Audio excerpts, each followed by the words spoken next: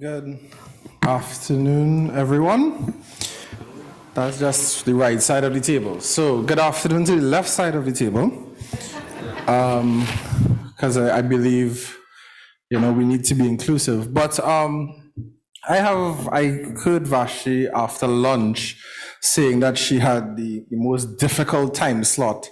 And I believe I have one up to you because I am the only thing standing, well, beside the wrap up, standing between you and Barbados. For those of us who enjoy what Barbados has to offer, I will just leave it there, not to protect the innocent. So as the presentation goes up, as was said, my name is Anselm Charles. I am the ICT manager at CARICOM IMPACS. And usually when I'm doing this presentation, it is along the lines of cyber and what's going on in the region and all the infiltrations and etc. And when I was asked to do this, I was told we need to focus on the legal frameworks because how do we build, the Computer Misuse Acts and those cybercrime acts, how do we use those things and why are they important as we move towards expanding the digital economy within the region? Still waiting for the presentation.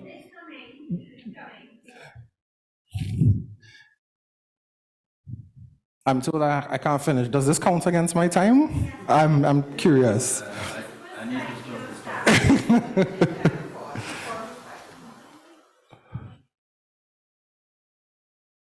But I mean, I could begin without my presentation. It makes, so just to start it off, for those of you who may or may not know, CARICOM IMPACS actually stands for, and we have a thing in the region for long names, so bear with me, the Caribbean Community Implementation Agency for Crime and Security. This is why we just call it CARICOM IMPACS, or for short, IMPACS.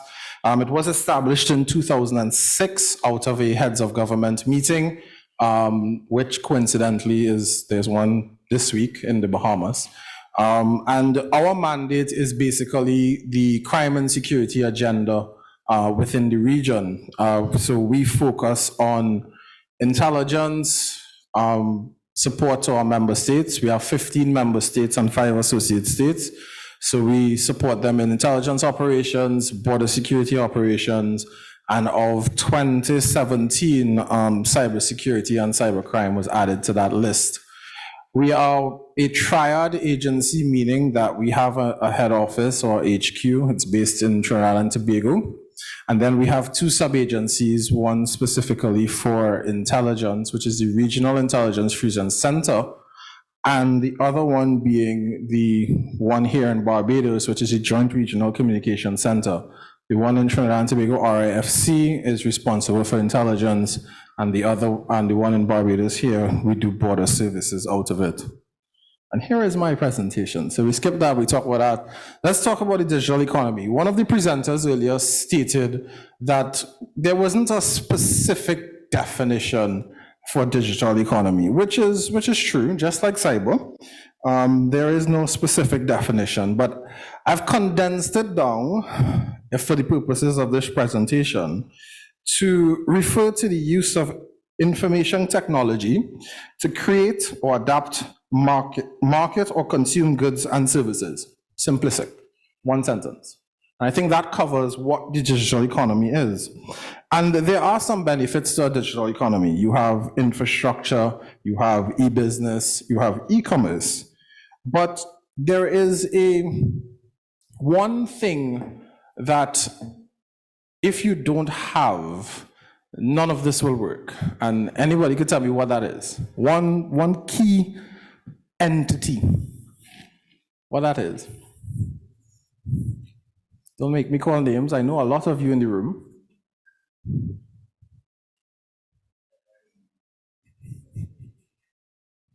I know a lot of you without the name tags in the room.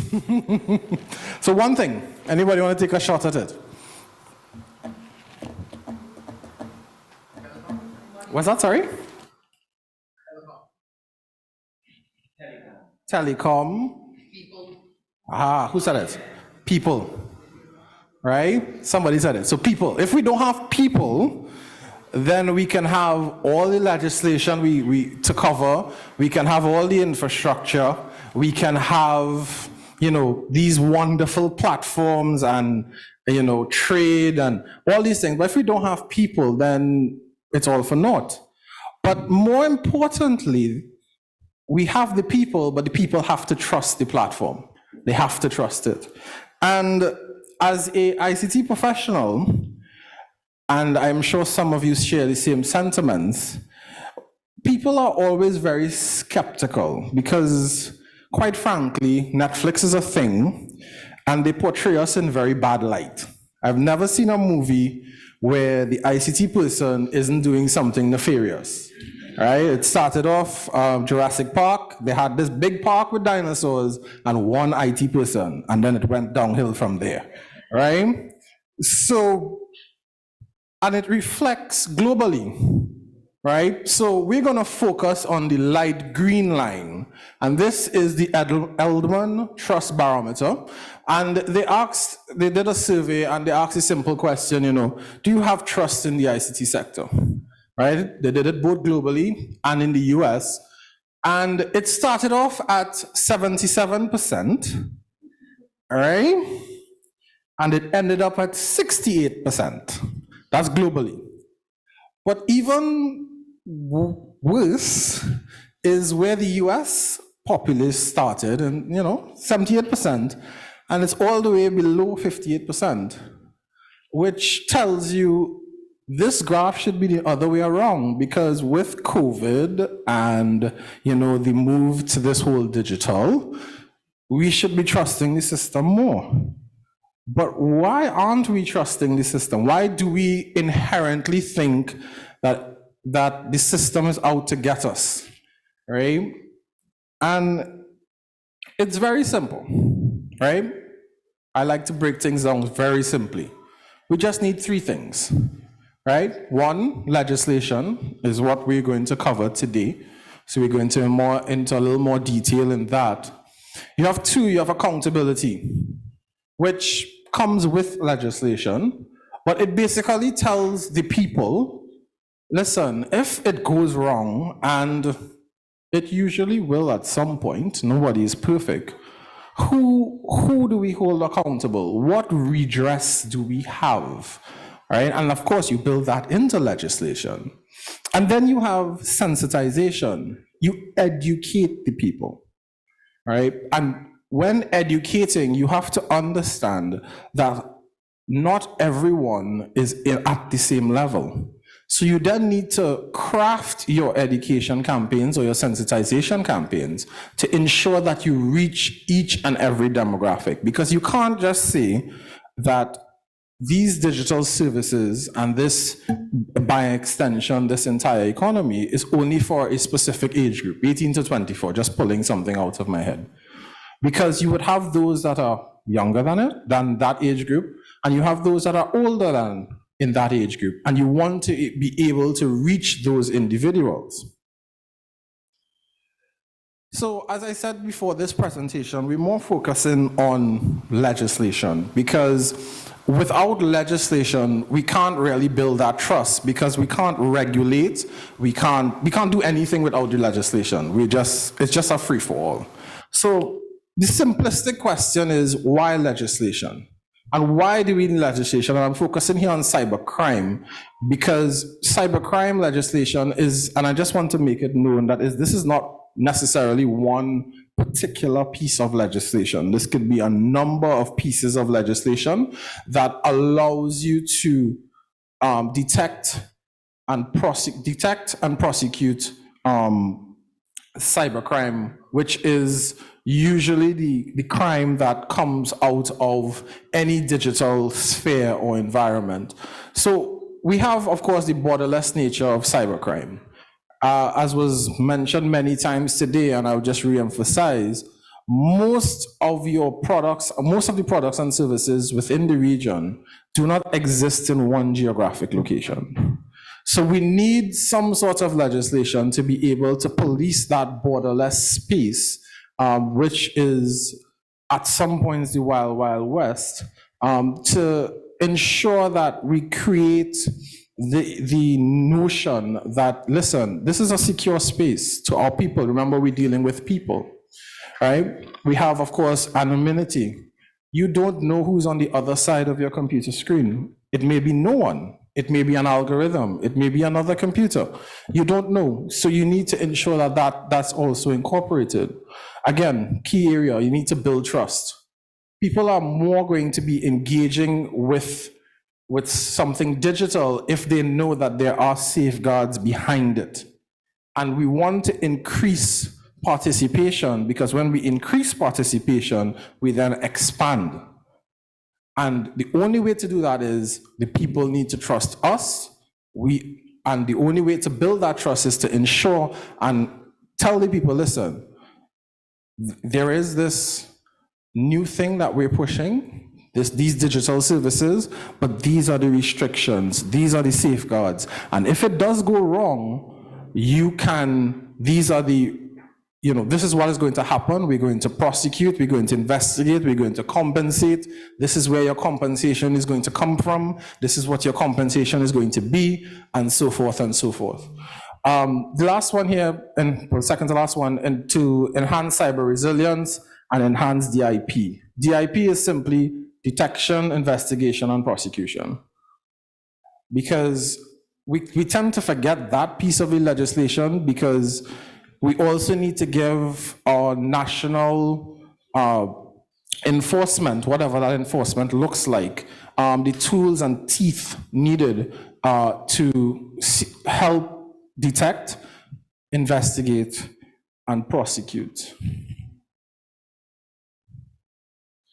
So what does legislation or good legislation look like?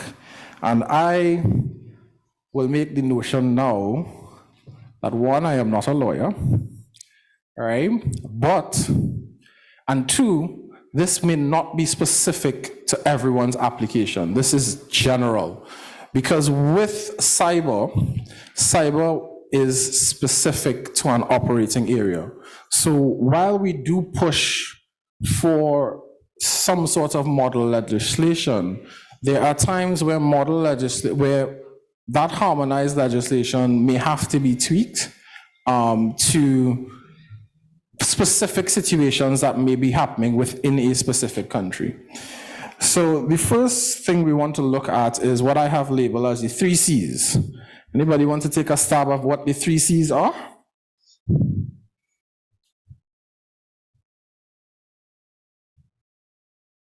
Three C's. First C. What's the first C? No. Close though.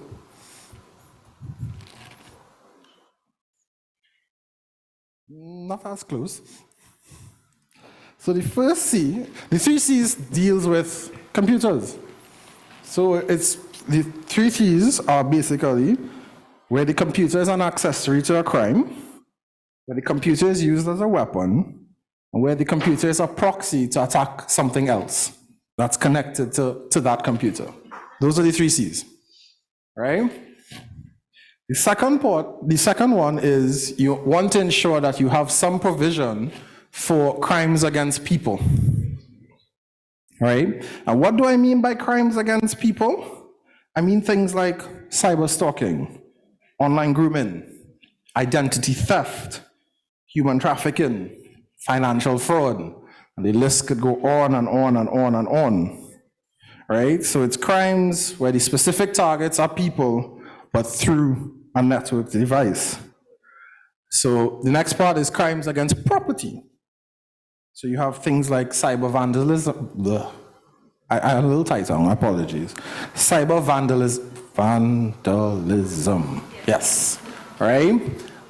So things like website defacement, those sorts of things which we have a good bit of in our region. Distributed denial of service attacks, which for the non-technical in the room, it means that you have a malicious actor taking over a large amount of computers and then telling those computers to send requests to this one particular system. And this one particular system is overwhelmed and just dies. All right, so that's why, and then of course transfer of harmful programs, so things like ransomware, etc., etc. Right now, you want to ensure that you have provisions for that. I like to ask questions in my presentation. So we learned what the 3 C's are. We learned what crimes against people are. We learned what crimes against property. So then what's crimes against institution? Reputation, but is that people somewhat? Reputation? My timekeeper going for the sheet, so we need to run quickly. So crimes against institution. What's that? National infrastructure. That's correct. So national infrastructure, things like cyber warfare, those sorts of things. And you want to put that again as crimes against institution. Next one is technical definitions. We all know the importance of the meaning of a word, more so in law, because the definition, for example, of a computer, if it doesn't include things like mobile devices, tablets, those sorts of things, then you would leave a lot of loopholes in your legislation, and you don't want to leave those loopholes. Now, it is very difficult for law, because of the process we have in the region, to go from thought to actual proclaimed law. That's a lengthy process. So it's not uncommon for legislation to lag behind technology, because technology doesn't have that holdback. However, you can think slightly forward, right? If you see something on the horizon, how does this fit in? Would it fit into my definitions? Is it specific? Is it wider? Those sorts of conversations and focal points you would need to do. International cooperation. Now, I've lumped things like criminal duplicity, your mutual legal exchange, all those kind of things in here. But what you want to do is ensure that in your legislation, it not necessarily mirrors somebody else's legislation, but your crimes are the same, right? Because that helps, as I said before, because our products and services are not within the region, we do have to go out of the region most times to get information, and you want to be ensuring that whoever you're asking has the same laws on their books and categorized the same way. And of course, last but not least, enforcement. Right? You need to have provisions within your legislation that gives the tools necessary to detect, investigate, and prosecute within your local jurisdiction. So the regional, at the regional level, what we have done in 2016, we sat down with our partners. 2 of them are here today, CTU and the Commonwealth Secretariat. And we came up with this document, which was approved the year after by heads of government, which is the Cybersecurity and Cybercrime Action Plan. And within that plan, there are 5 priority areas that we focus activities under, and the framework under. So the 5 areas being public awareness, building sustainable capacity, technical standards and infrastructure, legal environment, and regional and international cooperation. And under the legal environment pillar, we have done 2 things at the regional level. So we have done a desk review of existing national legislation and policy frameworks within the member states, and comparing those against regional and the regional international standards. And we've also done regional cybercrime policy and legislative guidance documents to be developed. So to preempt the question that will follow is, the reason we have not gone all the way to model law is because what we want to do is work directly with member states to see based on what they have on the books now, and to see how we can implement legislation that would, for now, cover the main areas and then make future plans. And what do I mean by that? In most of our jurisdictions, there is a Computer Misuse Act, and to make the fundamental changes or to bring new legislation into it, we would not, sometimes it may be tricky. So instead of trying to delay and get the best of both worlds, we are working to see what we can do now and then plan for the future. And how we're doing that is that we're working with the Council of Europe to hold country-specific workshops on building criminal justice capacities and on cybercrime, electronic evidence, and ascension to the Budapest Convention. Now, the Budapest Convention just recently has a new schedule, and what it does, it's an international framework by which countries can measure up their legislation to ensure that they cover those key areas. It also brings substantive technical assistance to member states, both in the ratification process, which is a 5-year process, and then the post-ratification process. So we're working directly with countries to bring that about. And that brings me to the end of my presentation. I think my timekeeper, I am in time. I didn't get back the time I lost in the start, but that's another discussion. So I want to thank you for the short time that we spent together going through this. But the only thing I want to leave you with, if you remember nothing else I've said, is that remember the most important thing when we are going about developing our digital economies and all the auxiliary processes that come with it, is that the people, if the people do not trust what you're doing, we are doomed to fail. Thank you very much.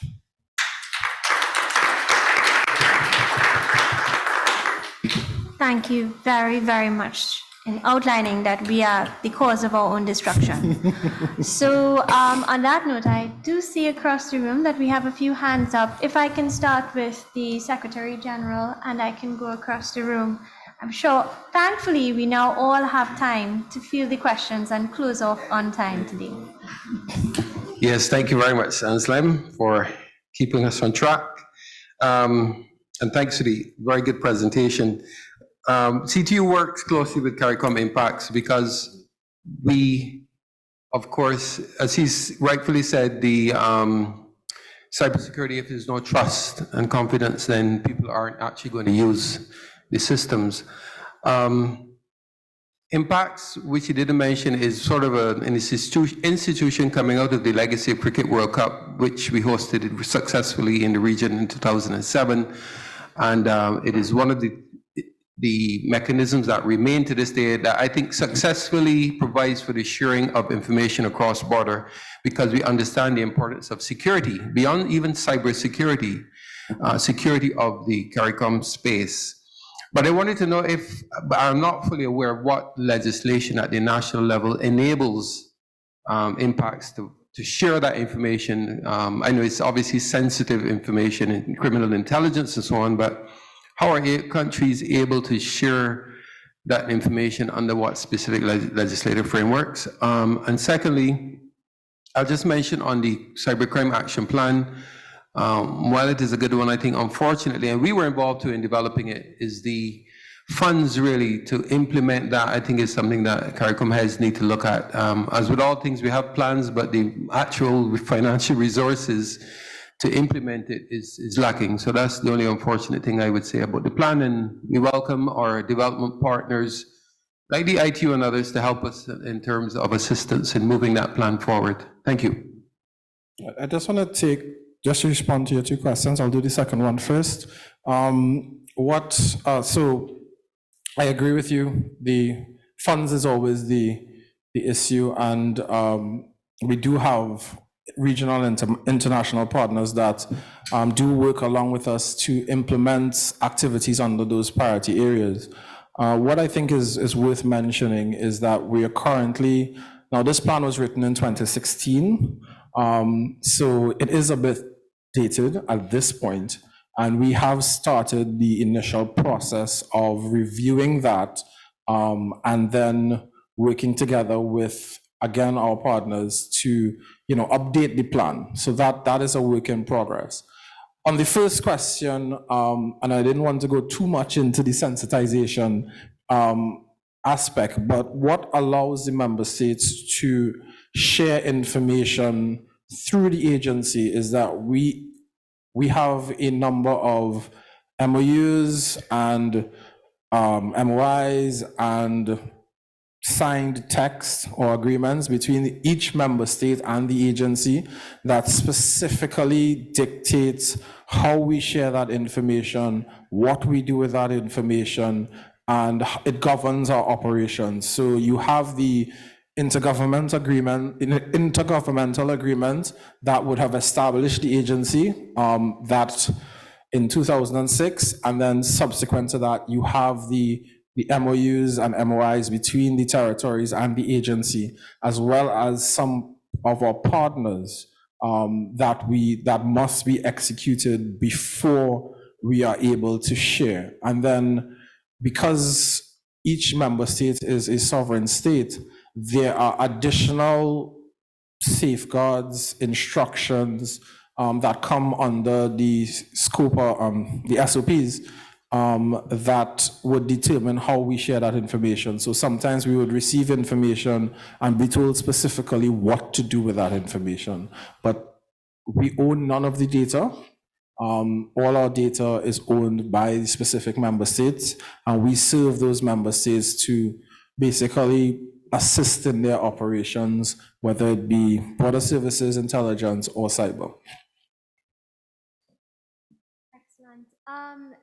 Can I hand over to the Secretary General? I think I'm going between my Secretary Generals at this point of the ICC, who also has a question for you, Anselm, before you go to the left. Chris, your question.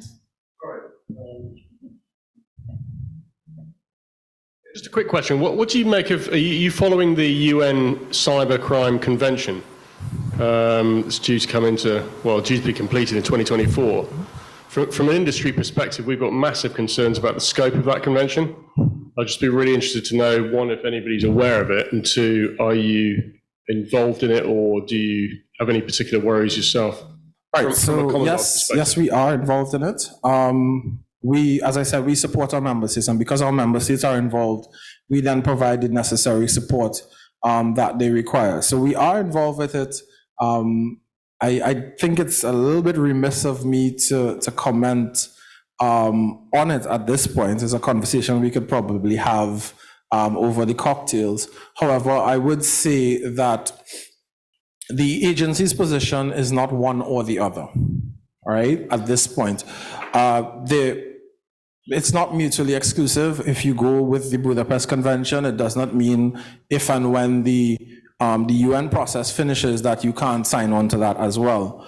But because the Budapest Convention is the established framework at this point, it's from a benefit perspective to our member states, we say, listen, let's work with this. We know that you have discussions with the UN Convention. We will support you in those discussions. And when that completes its course, then we can evaluate and help you along those lines as well. So it's not that we prefer one or the other. It's just that this is what we have now. We know what we need to do now. So we're using what we have now instead of waiting to the future. Just to point out, I know that several CARICOM countries are involved in the OWEG process, and it's an iterative one. And we are involved in the consultation process because we see it as not being mutually exclusive, but ultimately complementary because they aim to achieve the same objectives, which is to create that global cybersecurity agreement or impact across the globe. But as Anselm had indicated, we're not in the nascent phases, but we're getting there, but that process will take time. I'm going to, before I go across the room, because I see some hands raised, if I could just put forward to you one of the questions raised by an online participant. Anselm, can you say whether there exists or is being developed by CARICOM IMPACS any regional guidelines or protocols to address the areas of technical, legal, and political responses for CARICOM member states regarding cyber diplomacy. That is for cybersecurity breaches from states, jurisdictions external to CARICOM region, whether the state directly or entities, bodies sponsored or supported by a state. That's a hard question. So the answer is yes. We are working. So it's part of, so we do have, as I said, policy and guidance documents as it relates to legislation. But on the flip side of that, we are starting to look at that. It's a work in progress. What we want to do is do it from a regional level. Currently, we're working one-to-one with member states. So when that request comes, we work directly with a member state. But we do have plans within the immediate future to come up with a regional type document that will give a general guidance along those lines, but we do recognize that we would still have to work one-on-one with states because of specific instances or specific nuances that happen within our region. All right, I can finally hand over to the gentleman at the back who has a question as well. Rodney Payne, Public Sector Modernization Program, Barbados. The building of trust. I have friends who know that I am pushing e-services, and even though I'm telling them that it's going to be safe, they're still skeptical because they're hearing the hackers breaking into the businesses and using the data. And then I say B, persons saying that they're being forced to use the technology because they don't want to stand in the long lines. So I have to take this risk in order for me to get my business done. What would you say? What recommendations do you say to these persons for these issues?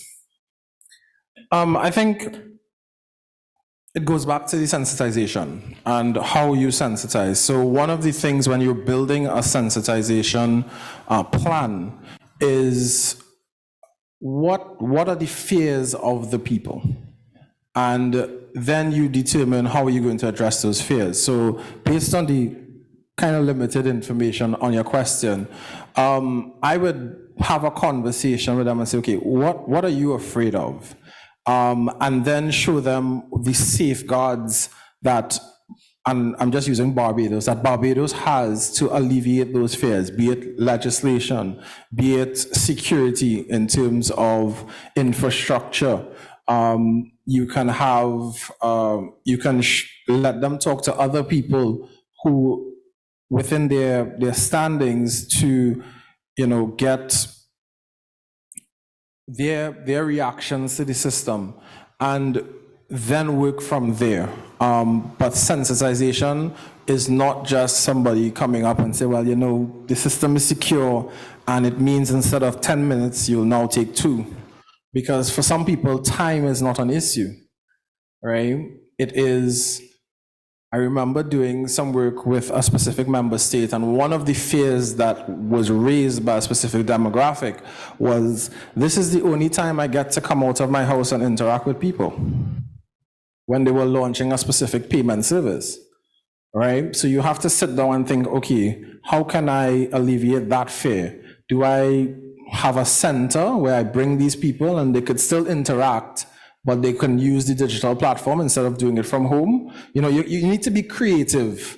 It's not an easy thing, and you will always have the naysayers. You will never convince 100% of the people. But once you have the majority, then you have that hive mentality, because people then say, well, no, why are you still doing this? We could do this quickly, and it makes your job a little easier.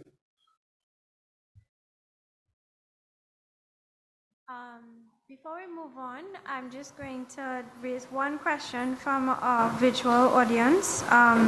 This is from Tracy Hackshaw. Does the region through CTU or IMPACS keep an up-to-date critical infrastructure inventory?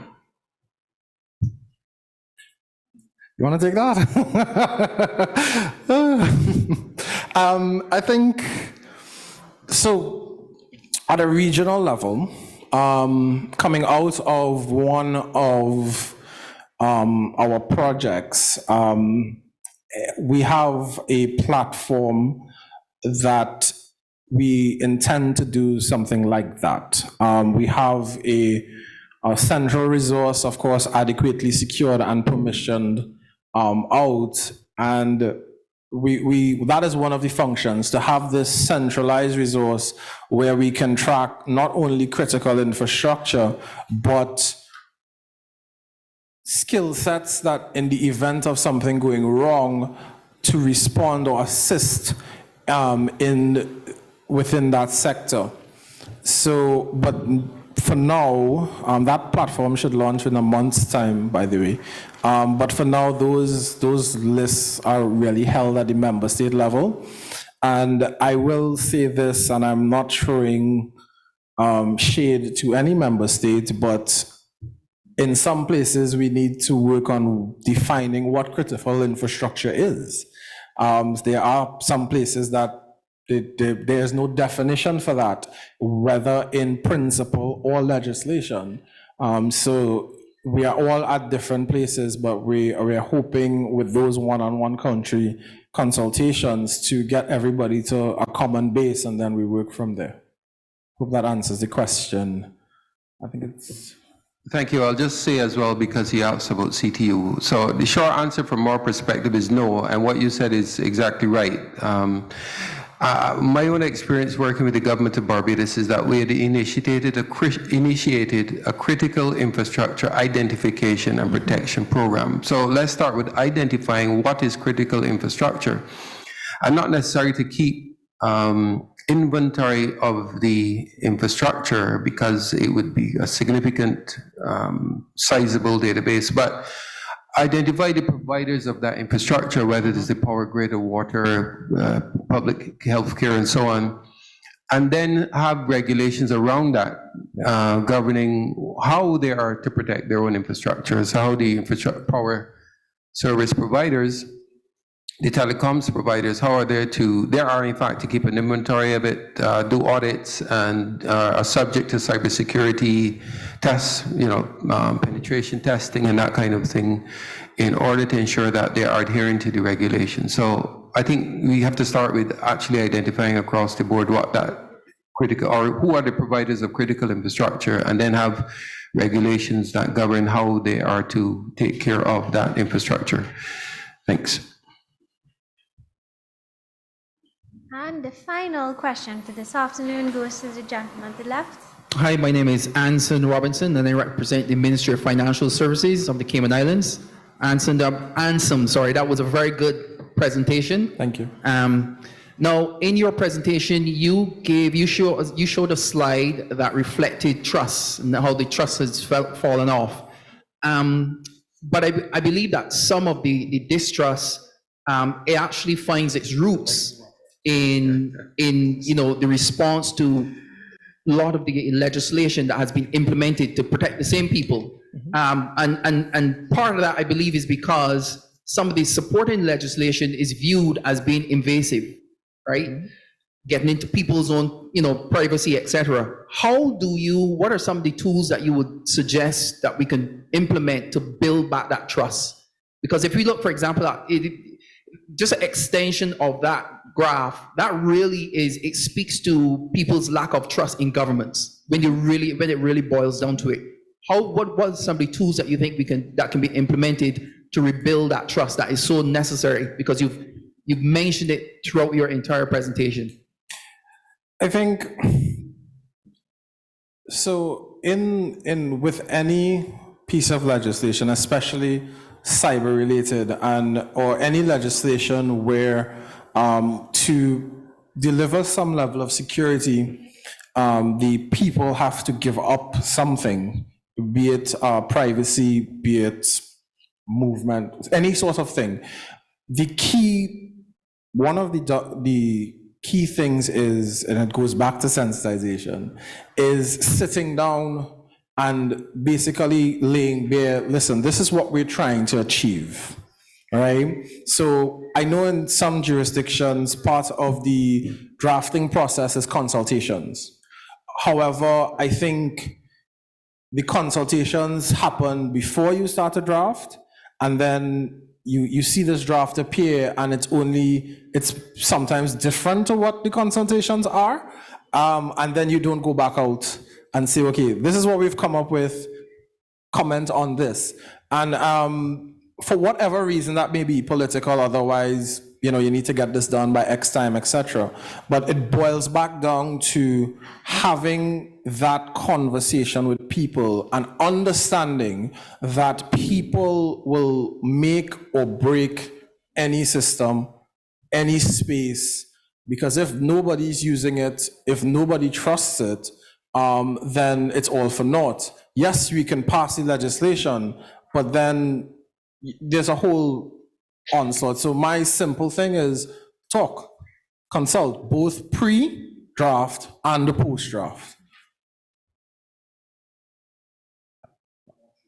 Rashni, that's it?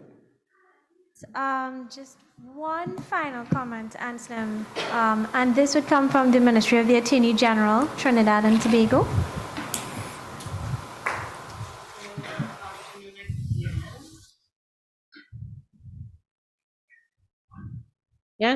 Yes. Okay, thank you very much, Vashti. And to Anselm, that was a very good presentation. It's just in relation to what Chris was asking, if I may. So CARICOM is following very closely to the UN Convention. If you are as well, you would realize that CARICOM, headed by Jamaica has been voted to speak on behalf of us. So our 14 member states are well represented. We have positions on almost every part of the clusters for the fourth session. You may know that the new text was given to the group, I think it was November or December last year. So we're now working with the text, which we did, I think it was mid-January. So three main countries within CARICOM spearheading, and I would say Jamaica is leading, Guyana is co-chair, if I'm getting it right, and then you also have the others who pitch in to give our positions.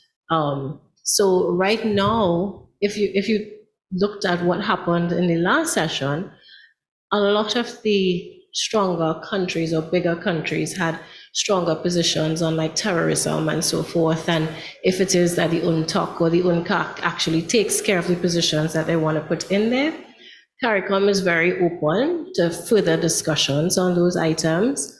However, we are methodically going through with the rest of the 193 countries, very methodically as to what our positions would be. There isn't anything final, because in April, we go back to discuss the latter ones that deal with international cooperation, mutual legal assistance, and so forth.